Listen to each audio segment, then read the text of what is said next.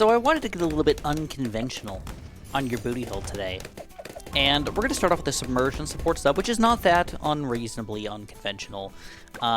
This is also not that unreasonably unconventional. Water towers, unhaunted, it kind of makes sense. There's a big swamp in the middle. Alright, if we're going to have to go in a swamp, let's put some water towers in there. But where we swap this strategy off into an unconventional way is with Biker Bloons. Alright, and let me tell you, his booty hole is puckered up tighter than you could ever imagine. Why would we even say that? Why? Now let's move on. Let's move on. Let's pretend that never happened. So, what we've got going... I mean, it's just bones. There's not even any skin there or anything like that. Why would we even say something? It doesn't even make sense. Logically, it doesn't even make sense. But, I mean, if we look at those eye sockets, those are also pretty weird looking. I mean, look at the eyes. They're pretty tiny for mega eye sockets. What else is going on in there? Okay, well, okay. Let's get back to the brass tacks here. Unconventional Biker Bloons strategy, and the reason why we're doing this is twofold. Number one, Cannon's got a buff. An interesting buff. A buff that I wouldn't say changes them to make them all powerful or anything like that, but it's still pretty fun and cool. And number two, Mortars got a buff. And I figured if Mortars and Cannons both got a buff, and we can buff them on top of the buff, why wouldn't we get buff-tastic on each other? You know, I feel like we're in the gym right now, and dude, I don't want to say like, you know, taking any drugs or anything like that, but let's say we're getting swole, like hardcore swole, all right? Not just a little baby swole, mega swole. All right, well, we're kind of like ready for some action here, so it's about that time. First of all, maulers. I think if you asked me a couple years ago, I would say this is probably one of the easiest late-game strategies for a lot of newer-ish players to just jump in the game, spam Moab Maulers with Striker Jones, and you're probably going to win the game. Unfortunately, it is not quite the case anymore. It's not an automatic win by any means. So, are they good anymore? Is this strategy even good? Well, it's okay. It's okay. If you do it right, and you're on a map where, you know, usually there's like one way that Bloons come in, which this is not. Usually you can kind of spam enough Moab Maulers on the front that you can pop all the Moab layer, and then of course you can just put something down that pops the Bloons in the back. An ice tower, or whatever the heck you need, man. Cannons, mortars, I mean, they kind of all work together a little bit, but that's a very, very reasonable strategy to pull off.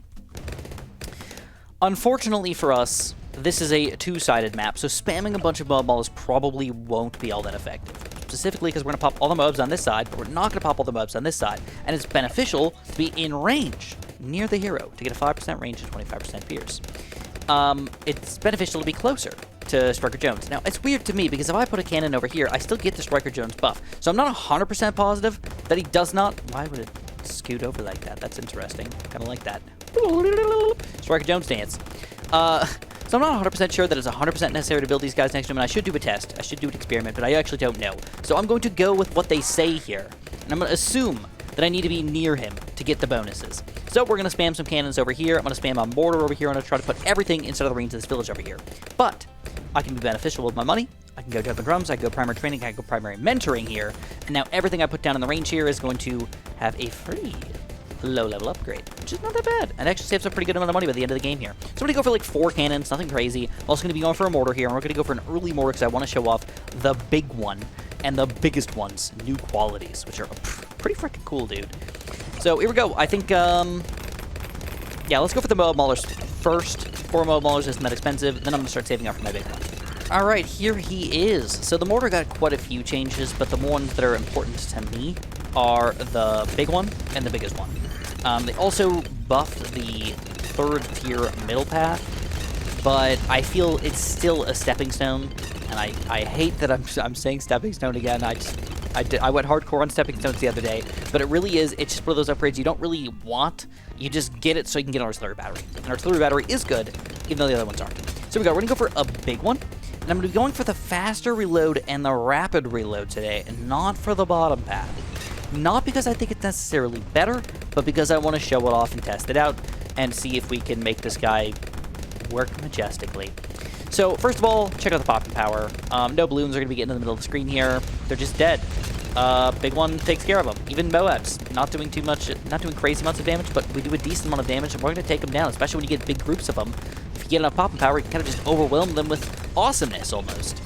So, yeah. Spike Bone's gonna keep on buffing me and everything, and now the big one's good. But let's talk about specifics. It's weird because some people don't like specifics, but I feel like it really does help us understand how good this guy's going to be. So specifically just the fourth tier, just the big one, the stun duration on non-Moabs from 0.5 seconds to 0.75 seconds.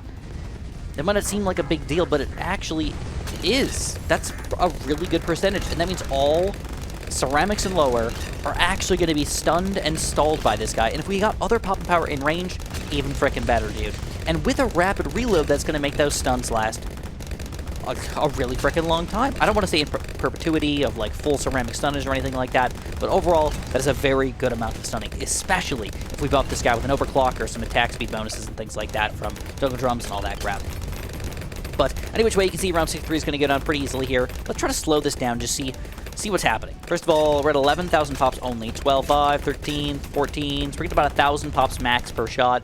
Everybody else is doing a great job. Subs at 5K. This guy's really taking the cake here. 47,000 pops. Oh, 2,000, 6, 6, 6, and 6. Wow. All right, 6,000 across the board there for our maulers. That's not bad for the amount of money we spent on those. But any which way, I think the best bet for us is actually to go for our biggest one, because that's going to be a big change for us. But it's going to be a little bit difficult to survive till then. $20,000, not exactly easy. We might have to fight off or fend off some 70s before we can save up that much money. So let's cross our fingers and hope we can get to this biggest one, because there's some bigger, better changes for this guy that I really am excited to talk about. So believe it or not, things have still been going unreasonably smooth. I'm actually really impressed with this combo overall. No issues here. Everything's getting taken down. It's a nice split because these guys take down the mobs very quickly. On this side, they get taken down much, much, much less quickly, so we have more time to kind of react. It sort of separates them, allowing our towers to do more damage overall. It's kind of goofy, but I think if possible, I might have thrown down a random Moab glue or something over on this side just to slow them down even more. Possibly. We'll see. Because right now I don't have any infinite range towers, but in the future, I could have some infinite range towers. Also, look at this. Whoa, whoa, whoa, whoa, whoa, whoa, whoa, whoa, whoa. Holy crap, did you see that blue balloon? Almost knocked me out. Alright, so we gotta be careful because these guys are on strong right now, not on first. And that is actually kind of an issue. So I'm gonna stun. Oh, that didn't even help at all. Alright, big one. Get to work, man. I need my biggest one. Oh! Dang! 75 is gonna kill us. Holy crap. Alright, maybe I was pushing myself just a little bit too hard for these upgrades, but let's try to switch this up. Let's try to just actually micro with our mortar a little bit, and hopefully that gives us enough pop and power overall. It's definitely these weird Moabs that are kind of causing some issues, though. Yeah, without perfect micro. Alright, going down on this side. Now swap back over here. Alright, let's stun some stuff. Big one, finally getting to work here. It looks like this time around does indeed make it much easier for us, and we're still just a few $100s away from our biggest one.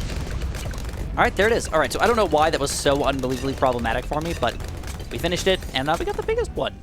And now I want to talk about this guy. Alright, so these are, again, some big changes that I feel I'm kind of excited about.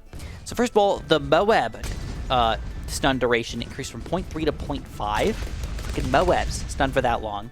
BFBs 0.2 to 0.3, and also DDTs 0.2 to 0.3. So the main thing to understand about the biggest one is that he's not necessarily a Moab popper, but he is a Moab supporter. He's going to stun these guys for a pretty significantly long time. And the lower the balloon, the more stunnage you get. And of course, Moabs, even if you got 50 of them, it's not going to be a big deal if you're just stunning them indefinitely, right, until they pop. And then if the biggest one just takes down all Bloons on the inside, it doesn't matter. It just seems like such a good tower right now. If you're not using the biggest one, I'm not going to say something wrong with you, but reconsider your entire life. Reconsider it, okay? Because this guy is good. But he is not all-powerful, and we still need other towers to kind of combine in here. So I wanted to get at least to one of these guys because it is new and fresh and interesting. Talk about the Moab Assassin. This guy's interesting because now when a Moab Assassin is actually going to assassinate a Bloon, it can go through that Bloon and officially just kill it. So like against a Moab, instead of just popping it from a Moab down into ceramics, you can just pop from a Moab down into nothing. Alright, or popping a BFB. Let's see if we can damage this BFB just a little bit here, and then let's use it. Boom, down to nothing from a Moab Assassin. That's pretty cool, isn't it? So, in the late game, spamming a bunch of Moab Assassins is probably not a good idea. Just gonna throw it out there. but getting a couple of these guys to support yourself, specifically against some of the bigger, badder balloons in the game, might not be a bad idea. And if you use it if you use it properly, you can use it kind of like a first strike. But the first strike is going to blow through that first layer and go annihilate everything on the inside as well. All right, any which way, we've got a really good start. The question is, where do we want to go from here? I don't feel like I need that much more balloon popping power. I still feel like I need more Moab popping power. And that's where, unfortunately, the Moab Mauler spam might be part of our answer here. But I want to think for a little while, so I'll be back in a couple rounds and decide what I want to get. Because I'm thinking, if I can, bro, Carrier Flagship just is such a cool tower. I really like him. I think I'm going to do him. He's not the best tower ever, but I just really like him. So use what you like, bro. Use what you like. It's a very good example of stunnage, by the way. Reinforced BFBs, reinforced Moabs. I mean, that's so much stunning power. It's absurd. And again, we are wasting a lot of our popping power by getting the rapid reload, because the Bernie stuff is really, really, really strong. But I feel like the sacrifice is definitely worth it. These are definitely even-ish upgrades now. Support versus damage. And don't get me wrong, it's not like this guy doesn't do damage. It's just kind of a comparative thing. All right, things have gone so well that it's just that time. We're going to go for our Carrier Flagship here. And then, I don't know if you guys noticed it, but the position is kind of purposeful. This is a weird tower combo, but it's a really, really good tower combo. Don't underestimate it. The only real weakness to this is DDTs. You do not have any DD pop power with this combo or this strat. But I'm hoping that my Carrier Flagship and my biggest one combo should be just enough to take that down anyways. And then don't forget that Biker Bones, I think on level 19, allows you to full-on black pop with all of your cannons and all of your mortars, which means we don't have that weakness anymore, and these Moab Maulers can just slice through that DDT layer. So that's the plan. Hopefully this guy can kind of tank for a little while, but I'm going to go for it. Overdrive, even faster shooting, and I think what I want to do... I don't know, do I want to alchemize this guy? Just go Tack Zone and alch? Because I already got the primary mentoring. Alternatively, I could put a wizard down. But I really don't need a wizard in the middle of the map necessarily. I feel like it's just kind of a weird strategy. I already have a good amount of popping power, so let's not do that. Okay, DDTs. Let's check these guys out. Stunning power, pretty good. Not horrible. Good enough to take everything down here. And he will be level 19 by the time we see the next DDTs, which is awesome. And Bomb Shooters and Mortar Monkeys attack addition 10% faster. Look at this attack speed, guys, on this biggest one. I feel like I really want to do an overclock on him, just to have, like, infinite stunning power. I feel like I have to try it. Alright, so let's do this. Let's get the Tack Zone first, then we're going to go for the overdrive. We're just going to see how well this is going to work as a combo. Alright, a bunch of reinforced BFBs with some DDTs mixed in there. I will not say that that went down easy. And that means round 95 might be slightly problematic. Slightly. And it's making me think that maybe I should go for my overdrive on this guy first. Overclock on this guy first instead of going for the Tack Zone. No.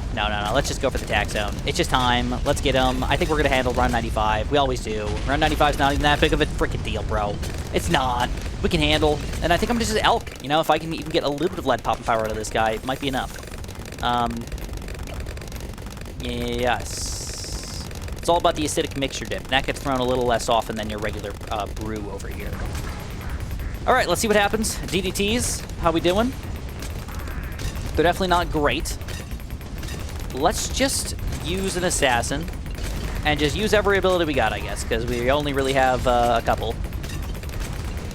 Things are going down. I think this is doing a good job. Yes, it is. All right. Level 20, so artillery command also gives double damage and pops per shot to bomb shooters and mortar monkeys for 10 seconds. That is just kind of unbelievable. It takes a really long time for that cooldown to come back, but when it happens, it's freaking awesome. All right, I'm going to skip out on any of these other upgrades here for now on the Alchemist, because I really feel like we're tight on money. And instead, I'm just going to go for that overclock. I really want to overclock this biggest one, just to see how well it's going to work. And I'll save all my abilities for around 98, probably. And just use this on 98. I don't think 99 is going to be a huge issue, but I better be at least a smidge careful here. A smidge. All right, 97. Let's just use that ability because it's quick and easy, kind of fun. I'm definitely somewhat weak against big balloons, but I'm really hoping that this Tack Zone is going to end up just warping me through the bad balloon, basically. That's going to be my big deal, the bad balloon. Can we pop it in time? I assume? Yes. I don't know. For sure. But if we use this on round 98, and then we can survive round 99, and then we can use this probably again on round 100 without any issues. All right, so we're going to actually start microing. We're going to go for the biggest one here. I still don't have that money, by the way. We're going to have to do it on the fly here. Hopefully we get it before round 99 at the very least. All right, so we've got some Bloons kind of warping over here. We're going to move this back to the middle. I'm going to keep it somewhat nearish to the bottom middle, kind of on this side. And I don't even know if I want to use my artillery command, bro. I mean, these things are just going down.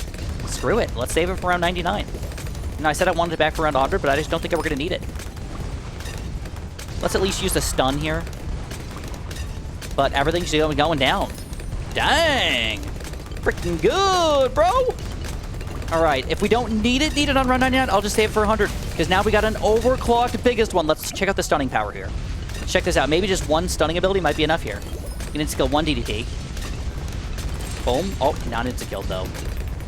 Alright, let's see how we're doing. With the overclock... Okay, it's not powerful enough. DDTs would have been the death of us if I did not save my ability right there. But now I have to beat the bad balloon without. And now I have to get enough bad balloon popping power. I hope that this is going to be enough. Oh boy. Alright. Assassin. Just use everything we got. It's all up to the Tack Zone, really. I mean, these guys are going to do a minor amount of damage, but it's really all up to the Tack Zone to take this thing down. I need like 5,000 damage out of this guy. At least. Oh, he's doing a great job. Oh, yeah. At least 5k. He's up to like 7k. I should have overclocked him too, but we're going to overclock the biggest one instead. We got one more assassin in us, and I got a stun here to stun everything, and that should go down pretty easily. I can't see the biggest one losing to a couple baby Zomagurts here. And there we go, my friends. We have done it. So what do we think? What do we think about this new biggest one? I think it's pretty freaking awesome. It definitely opens up a lot of different strategies and opportunities for different ways to play with him. I didn't alchemize him or anything, but that overclock, that was pretty legit.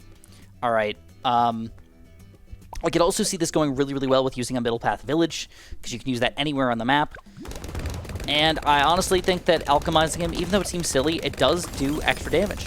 Probably totally worth in pretty much every single situation. So, yeah.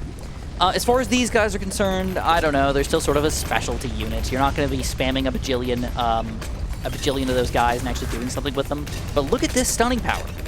That's hard to compete with. Not very many other towers can do that. Even if we used a Moab glue or something like that, this would be difficult.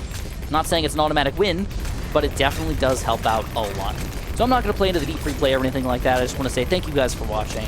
Please subscribe if you haven't. Please press the like if you haven't. And then if you guys also haven't, I mean, there's a lot of haven'ts here. Use my Nexus code. It supports me a lot. I really, really appreciate it. Thank you so much, guys, and have a super duper delicious day.